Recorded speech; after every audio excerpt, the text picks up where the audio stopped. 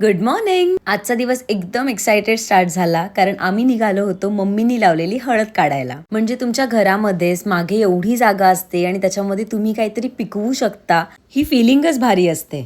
आणि मेन म्हणजे हळद पिकवायला एकदम सोपी आहे. आता सोपी या रिझनने म्हणते मी कारण ही हळद लावण्यासाठी बऱ्याच जणांनी हेल्प केलेली आहे. मला तर इतकी मजा येत होती या प्रोसेसमध्ये. आणि जेव्हा ती ऑर्गॅनिक हळद हातात येत होती ना, एक वेगळंच सॅटिस्फॅक्शन होतं. जवळजवळ आम्ही 2 किलोची हळद लावलेली आणि इन रिटर्न आम्हाला भरपूर मिळाली आहे. आम्ही पहिल्यांदाच लावत होतो म्हणून थोड्याच प्रमाणात लावली, पण तरी आम्हाला टोटल 2 दिवस गेले. आणि अनिकेत तर वरदला घेऊन असा समोरच बसला होता कारण त्याला पण हे सगळे एक्सपिरियन्सेस मिळावेत म्हणून. आता आम्ही पहिला जो स्लॉट काढलेला तो मम्मी पप्पांनी साफ करायला घेतला.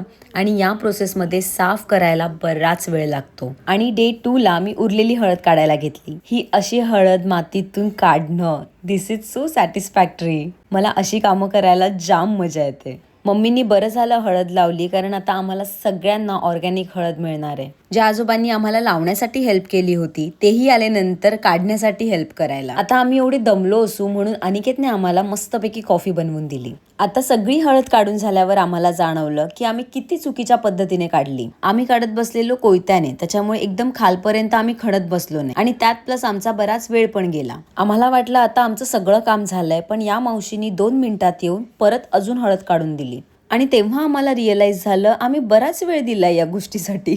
आता धुतलेली हळद अशी चिरून ठेवायची आणि नंतर तिला सुकवायची असते. आणि निघण्याच्या फक्त 2 दिवस आधी आम्ही हे काम करायला घेतलं, त्याच्यामुळे बराच लोड आला. सो आम्ही सगळ्यांनी मिळून फायनली काम पूर्ण केलं. आणि तुम्हाला जर माझे व्लॉग्स आवडत असतील तर प्लीज फॉलो करायला विसरू नका. भेटू नवीन व्लॉगमध्ये. तोपर्यंत बाय.